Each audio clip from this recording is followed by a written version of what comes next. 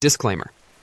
We created this video to start an open, thoughtful conversation about mental health in the Middle East, especially among young adults.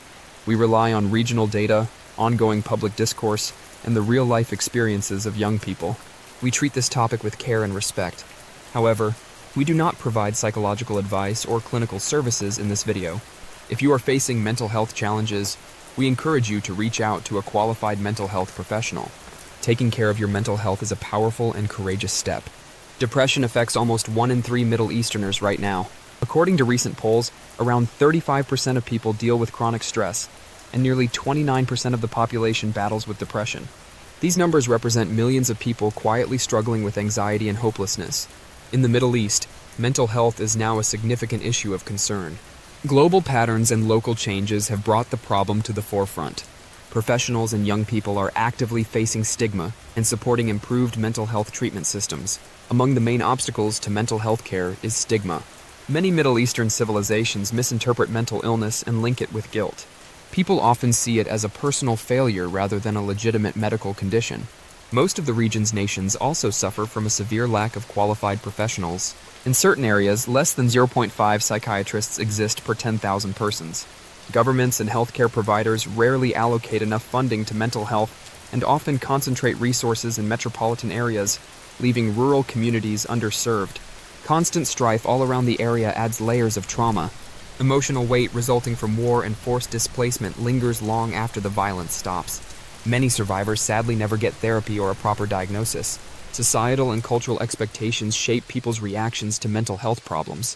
Families, for instance, sometimes instruct young men to stifle their feelings. Young women, on the other hand, could encounter cultural constraints that raise their stress levels. Community reputation often comes first above personal well-being, which inhibits people from getting treatment.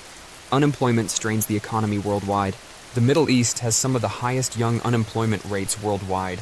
Many young individuals feel trapped and worried about their future without steady work. Employment closely relates to mental health, and a lack of it can sometimes lead to hopelessness. Although they might provide solace, spiritual and family-based support systems often cannot meet the need for professional care. Nevertheless, communities can use these support networks to create mental health resources consistent with their values and beliefs. Change is underway in some Middle Eastern countries. For instance, Qatar's Are You OK campaign used simple language and community involvement to normalize mental health issues. 2 years later, awareness levels rose by more than 20%. Other nations are also advancing. Morocco started public initiatives on mental health awareness. Online counseling systems developed by NGOs in Egypt and Lebanon allow those in need of treatment to get assistance more easily. This development reveals a change in attitudes. Should governments and organizations continue to fund mental health education and programs, the area can create more inclusive and encouraging frameworks for mental well-being. Middle Eastern mental health has arrived at a pivotal juncture. We must address mental health directly because it is essential for individual and community well-being. Please keep this vital dialogue going. Please share your stories, comment with your ideas, and tell us what mental health means. To enhance the message, show your support by liking this video. Subscribe to our channel to get other materials.